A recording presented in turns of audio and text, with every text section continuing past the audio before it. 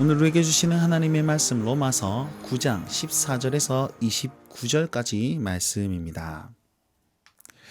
자, 오늘 말씀은요. 어제의 말씀 하나님께서는 부르신 그 이로 말미암아서 하나님의 택한 자를 세우신다라고 했습니다. 그러니까 아니 하나님이 자기 마음대로 택하시면 그건 너무 부당한 것 아닙니까? 하나님 불의하신 분 아닙니까? 이렇게 묻습니다. 그러니까 그 앞절에 하나님의 부르신 이가 왜 이렇게 할 수 있는지에 대한 이유를 자세하게 설명하는 것이 바로 오늘 본문 말씀입니다. 자, 14절부터 21절까지를 먼저 보시면 하나님의 선택과 작정에 대해서 하나님이 불의하신 것 아닙니까? 그러면 하나님이 불의하시냐라고 얘기를 하고 있습니다. 불의라는 단어는요, 그냥 의롭지 않다라는 것으로 해석되지만 아브라함의 자손에 대한 언약을 파기하는 언약과 관련된 그런 단어입니다. 그래서 불의하다는 것은 언약을 어긴 것, 그것으로 이제 비추어서 설명할 수 있다는 것입니다. 그럼 똑같이 아브라함에게 하신 약속을 하나님께서 버리셨습니까? 라는 질문과 동일하다는 것이죠. 그러니까 그럴 수 없느니라라고 부정하고 있습니다. 그러면서 하나님께서는 어떤 분이시냐라는 사실을 이렇게 표현하고 있는데 16절과 18절입니다. 하나님은요 긍휼히 여길 자를 긍휼히 여기시고 불쌍히 여길 자를 불쌍히 여기시는 분이다. 18절에는 그가 하고자 하시는 자에게는 긍휼히 여기시고 또 하고자 하시는 자는 완악하게 하시는 분이 하나님이시다라고 얘기를 합니다. 이 말은 무슨 말입니까? 하나님이 어떤 자를 구원하시는 것도 또 어떤 자를 유기하셔서 이제 완악하게 만드시는 것도 하나님의 계획과 목적 아래에 있다라는 사실을 이런 식으로 표현하고 있습니다.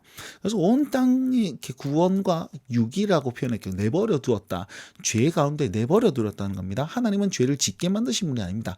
그냥 내버려 두었을 뿐입니다. 이 말은 우리 로마서 2장 말씀을 보시면 더 자세히 알 수가 있습니다.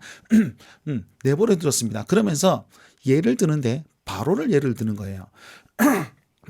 모세를 막았던 그 바로 왕을 예를 들면서 그를 세우신 것은 그의 악행으로 말미암아서 하나님의 능력이 드러났지요. 그가 이스라엘 백성들 보내지 않음으로써 10가지 재앙으로 말미암아 하나님의 능력과 홍해를 가르심으로 말미암아서 그 이름이 온 땅에 전파되는 그런 결과를 낳았단 말입니다. 그러면서 오늘 본문 말씀에 바로를 세우신 이유는 하나님께서 이 일을 위하여 자기의 이 능력과 이름이 온 땅에 전파되기 위해서 세웠다라고 얘기를 하고 있죠. 그래서 악인을 세우시는 것도 하나님의 계획과 목적 아래에 있다라는 사실을 이렇게 드러내 보이고 있습니다. 자, 또 하나 하나님께서 그 자기 마음대로 택하신 자를 택하고 불의한 자를 불의하게 만드시는 것. 자, 그것의 이유 두 번째는요. 하나님은 창조주 하나님이시기 때문입니다. 첫 번째 이유는 하나님께서는 분명한 계획과 목적이 있기 때문이고 두 번째는 하나님께서는 창조주 하나님이시기 때문이다 라고 설명을 드리고 있습니다.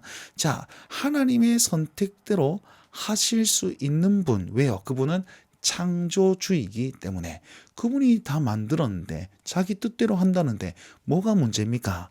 지음받은 물건이 나를 왜 이렇게 만들었습니까? 라고 할 이유가 있습니까? 없다는 거죠. 토기장이에게 그런 권한이 없겠느냐 이렇게 얘기합니다. 토기장이가 그릇을 만드는데 그런 권한이 없겠습니까? 있지요. 우리 하나님은 토기장이가 되십니다. 그래서 어떤 자는 진노의 그릇으로 만드는 겁니다. 그러면서 오래 참으심으로 관용으로 기다리고 계세요. 언제든 돌아올 수 있도록 그렇게 대하고 계십니다. 또 어떤 그릇은요 긍휼의 그릇으로 만들어서 하나님의 영광의 풍성함을 알게끔 해 주셨습니다. 자, 토기장이가 그릇을 이렇게 만드는데 하나님께서 우리를 이렇게 만드시고 계획하셨는데 뭐가 문제입니까? 창조주가 피조물을 이렇게 만들고 이렇게 인도한다는데 불의하다고 얘기할 수 있습니까? 아니요.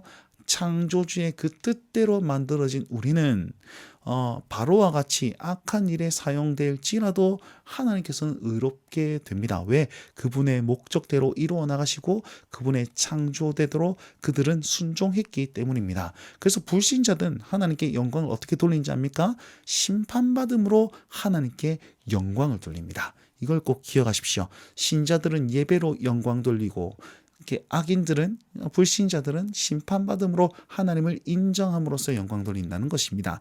어떻게든 하나님은 의롭게 되고 영광을 받으시는 것입니다. 이렇게 설명하고 있습니다. 이 그릇은 우리니 라고 얘기하면서 유대인과 이방인들 모두를 얘기하고 있습니다. 그리고 긍휼의 그릇은요, 이방인이든 유대인이든 하나님의 그 부르신 자들이 긍휼의 그릇이라는 것이죠. 먼저는 25절 26절에 호세아가 이렇게 얘기했다는 것입니다. 내 백성이 아닌 자, 사랑하지 아니하는 자를 그들의 하나님의 아들이라 일컬음을 받을 것이다. 무슨 말입니까? 이방인들이지만 그들도 하나님의 백성으로 부르셨다. 왜? 토기장이가 그렇게 만들었기 때문에. 그리고 이사야가 이스라엘에 관하여 얘기한 것은 그들은 남은 자만 구원을 받을 것이고, 그리고 가만히 냅뒀으면 소돔과 고모라와 같이 되었을 것이다 라고 하면서 심판을 얘기하고 있지요.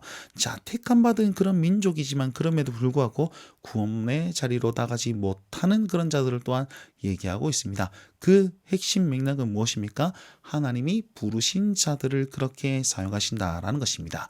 자, 이 말씀을 우리 삶에 한번 적용해 봅시다. 여러분, 우리 삶은요, 어떻게든 하나님의 영광으로 나가게 되어 있습니다. 그리고 그 와중은 하나님의 그런 계획과 목적이 분명하게 있다라는 것입니다.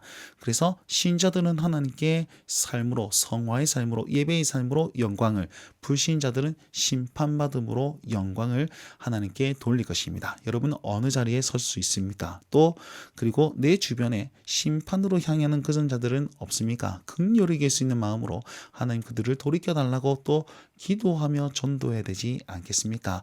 이 말씀 붙들고 우리 삶에 적용하고 여러분 삶에 구체적으로 적용하고 지켜내시길 바랍니다. 이 말씀 붙들고 주님과 함께 동행하십시오. 날마다 주님과.